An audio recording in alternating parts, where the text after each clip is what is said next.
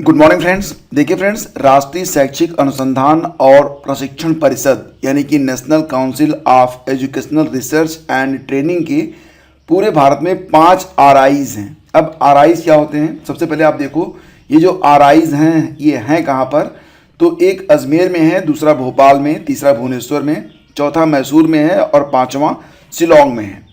तो आरआईज का मतलब होता है यहाँ पर कि इनके अपने रीजनल इंस्टीट्यूट ऑफ एजुकेशन है, मतलब कि जो क्षेत्रीय शैक्षिक संस्थान होते हैं और ये डायरेक्टली जो जुड़े हुए हैं ये एनसीईआरटी से जुड़े हुए हैं।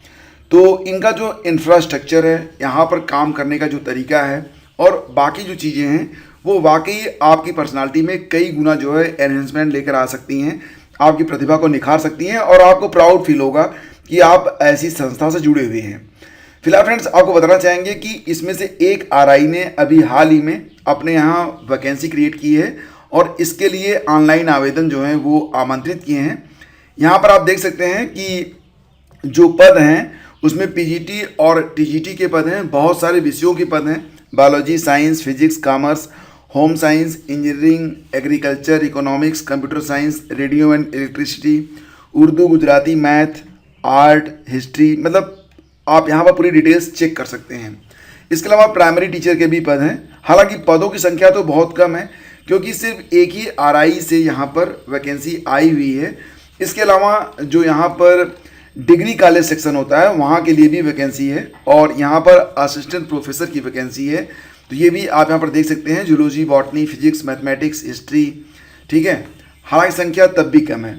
तो यहाँ पर कोई परीक्षा नहीं होगी और ना ही आपसे कोई जो है आवेदन के लिए शुल्क लिया जाएगा, ना ही आपको आवेदन करना है। आपको डायरेक्टली अगर इस संस्थान में काम करना है, पढ़ाना है, तो इंटरव्यू में आप जा सकते हैं। इसके लिए डेट यहाँ पर लगा दी गई है। जैसे कि जो असिस्टेंट प्रोफेसर जूलॉजी के लिए जो इंटरव्यू होगा, ये 2 पद होंगे मात्र। ये 12 जून को 10 बजे से आयोजित किया जाएगा। इसके अलावा बॉटनी के लिए भी 12 जून को, फिजिक्स के लिए 13 जून को। और अगर हम बात करें यहाँ पर टीजीटी और पीजीटी के लिए, तो यहाँ पर जो आपके इंटरव्यूज़ हैं उसकी डेट भी यहाँ पर बता दी गई है।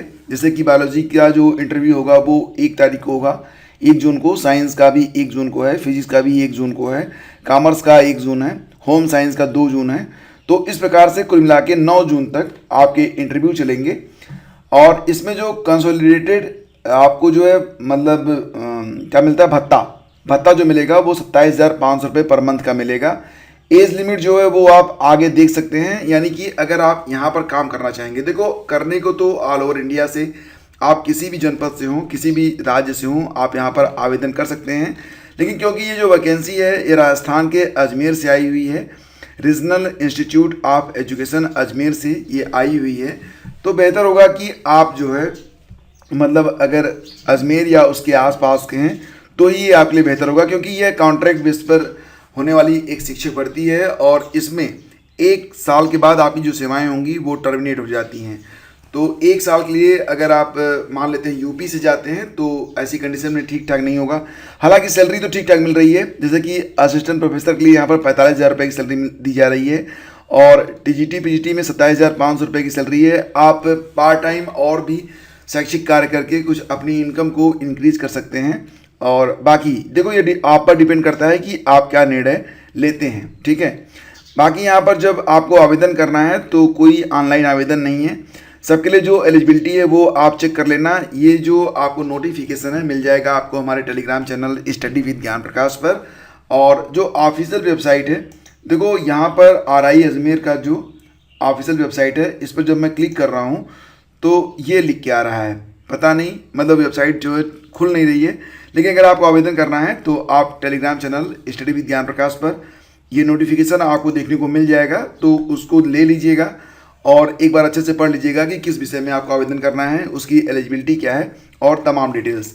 नीचे से में एक फार्म दिया गया है, इसी फार्म को आपको भर के ले जाना होगा और बाकी क्या क्या चीज़ें ले जानी हैं तो उसके लिए भी यहाँ पर बताया गया है कि अगर आप इस इंटरव्यू में जा रहे हैं तो अपना बायोडाटा ले जाएं, फोटो ले जाएं, स्वप्रमाणित प्रमाण पत्रों की छायाप्रतियों के एक सेट और समस्त मूल प्रमाण पत्र के साथ आप उपस्थित हो सकते हैं। तो ये चीज़ें यहाँ पर बताई गई हैं। अगर आप इंटरेस्टेड हैं तो आपके लिए एक शानदार अवसर है।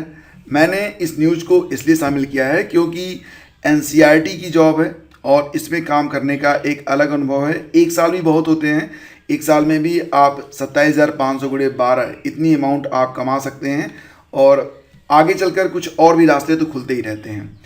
तो फ्रेंड्स आगे बढ़ते हैं और जो अगली खबर है वो ये है कि RO 2016 का जो कट ऑफ है अभी जारी किया गया था कल, और इसके बारे में मैंने आपको बताया था कि प्री और मेंस 2 परीक्षाएं होती हैं, इसमें कोई भी इंटरव्यू नहीं होता है। बाकी की जो डिटेल्स है आप लोगों में से कई सारे लोगों ने जानना चाहा कि RO बनने के लिए सिलेबस क्या होता है, किताबें कौन सी होती हैं, कैसे तैयारी की जाती है और कैसे सफलता पाई जाए। तो इस पर एक एनालिसिस आज मैं आपके नए channel IAS PCS master class पर रखूँगा, उसको आप लोग देख लेंगे तो हर बात बिल्कुल क्रिस्टल क्लियर हो जाएगी, जैसे कि प्री के लिए क्या है और मेंस के लिए क्या है। फिलहाल आपको बताना चाहेंगे कि प्री और मेंस में सिर्फ मेंस के अंक के आधार पर ही आपको यहाँ पर चयनित किया जाता है। और सबसे बड़ी बात ये होती है कि अगर आप RO बनना चाहते हैं तो इसके जो एलिजिबिलिटी होती है वो स्नातक होती है, लेकिन ARO के लिए आपके पास O लेवल या फिर इसके समकक्ष कोई एक सर्टिफिकेट की ज़रूरत पड़ती है।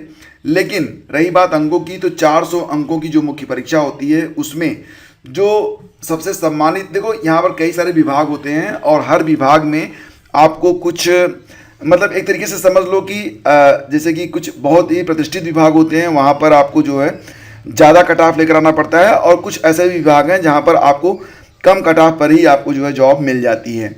तो मैक्सिमम 257, ठीक है, अगर 257 अंक तक ही आप प्राप्त कर लें तब भी आपका सिलेक्शन हो जाता है। मैक्सिमम की बात कर रहा हूँ, मिनिमम तो 190 तक पर भी आपका चयन हो सकता है। मतलब 400 नंबर में अगर आप 50% अंक लेकर आ जाएं तो भी आपका सिलेक्शन यहाँ पर हो जाता है। बाकी जो एनालिसिस है, डिटेल्स है, कट ऑफ कितनी गई है, इस पर एक डिटेल वीडियो मैंने पहले ही अपलोड कर रखा है, उसको जाके अभी आप चेकआउट कर सकते हैं। लिंक वीडियो के डिस्क्रिप्शन और पहले कमेंट बॉक्स में मैं आपको दे दूंगा।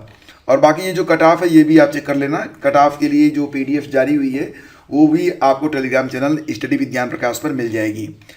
कंप्यूटर ऑपरेटर की भर्ती प्रक्रिया शुरू। तो जो लोग पुलिस डिपार्टमेंट में टेक्निकल जॉब के लिए जाना चाहते हैं उनके लिए एक अच्छी खबर है कि पुलिस विभाग में कंप्यूटर ऑपरेटर ग्रेड A और प्रोग्रामर ग्रेड 2 के रिक्त पदों पर सीधी भर्ती की प्रक्रिया जो है वो स्टार्ट कर दी गई है। और इसके लिए अभी देखो क्या हुआ है कि मात्र कंपनियां जो हैं, जो एजेंसीज होंगी, उनसे जो है निविदाएं आमंत्रित की गई हैं कि भैया आपको ये परीक्षा करवानी है। इसके बाद जल्द ही इसके लिए आवेदन जो हैं वो आमंत्रित किए जाएंगे, ठीक है। तो मतलब अभी जो आवेदन है वो नहीं आए हैं, हाँ प्रोसेस शुरू हो चुका है। अब जैसे ही कोई कंपनी सेलेक्ट हो जाती है उसके बाद जो आगे की प्रक्रिया होगी वो स्टार्ट हो जाएगी। नकल माफियाओं पर अंकुश लगाने के लिए क्या होगा कि यहाँ पर जो ऑपरेटर ग्रेड A के 872 पद हैं और प्रोग्रामर ग्रेड 2 के जो 55 पद हैं, इनके लिए जो परीक्षा होगी वो हाइब्रिड मोड में करवाई जाएगी। यानी कि कुछ चीज़ें यहाँ पर ऑनलाइन होंगी, कुछ चीज़ें यहाँ पर ऑफलाइन करवाई जाएंगी, ताकि जो यहाँ पर होते हैं कौन नकल माफिया, वो इसमें हस्तक्षेप ना कर सकें। बाकी जो डिटेल्स होगी वो समय समय पर आपको मिलती रहेगी। तो पुलिस विभाग में एक वैकेंसी आने वाली है और इसके लिए आप लोग बिल्कुल तैयार रहें।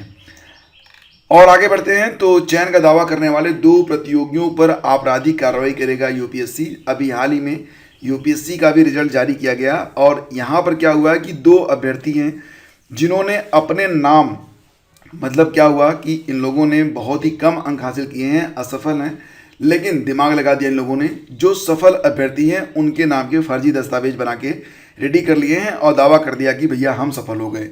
फिलहाल अब ये बात संज्ञान में आते ही UPSC ने इनके खिलाफ आपराधिक कार्रवाई करने के लिए जो प्रक्रिया है वो स्टार्ट कर दी है। तो यहाँ पर एक लड़का है और एक लड़की है। तो आयशा मकरानी, यहाँ पर बताया जा रहा है कि आयशा मकरानी पुत्री सलीमुद्दीन मकरानी का वास्तविक रोल नंबर जो यहाँ पर दिया गया है। तो उसने 5 जून को प्रारंभिक परीक्षा के सामान्य अध्ययन का जो GS का पहला पेपर है उसमें सिर्फ 22 नंबर और सामान्य अध्ययन का जो सेकंड पेपर था उसमें 21 नंबर हासिल किया था। अब यहाँ पर जो वास्तविक प्रतियोगी है आयशा फातिमा पुत्री नजरुद्दीन, ये असली प्रतिभागी हैं। तो सफल तो हुई हैं आयशा फातिमा पुत्री नजरुद्दीन, असली प्रतिभागी हैं। इसी प्रकार से कुछ मामला आ रहा है हरियाणा से भी। मतलब क्या है, ये सिर्फ अपनी जो लीपापोती करवाना है और मात्र कुछ लोगों को के सामने अपने आप को बड़ा साबित करने के लिए कि भैया हम IAS बन गए हैं और ये देखिए हमारा रिजल्ट आ गया है। ये सब पकड़ में तो आ ही जाता है। फिलहाल यूपीएससी है, वो ऐसा करेगा ना कि मतलब यूपी में कहावत है कि भूसी निकल जाएगी। ठीक है, एनीवे तो फ्रेंड्स ये थी आज की न्यूज़ अपडेट। और अगर सेशन आपको अच्छा लगता है तो प्लीज़ लाइक और शेयर जरूर कर दिया करें, क्योंकि देखो फ्रेंड्स यहाँ पर मैं कोई भी क्लिकबेट न्यूज़ नहीं बनाना चाहता और ना ही कोई फर्जी न्यूज़ आप लोगों को देना चाहता हूँ। जो सही है वही आप तक पहुँचा देता हूँ। व्यूज़ मिले ना मिले कोई परवाह नहीं। Thank you so much.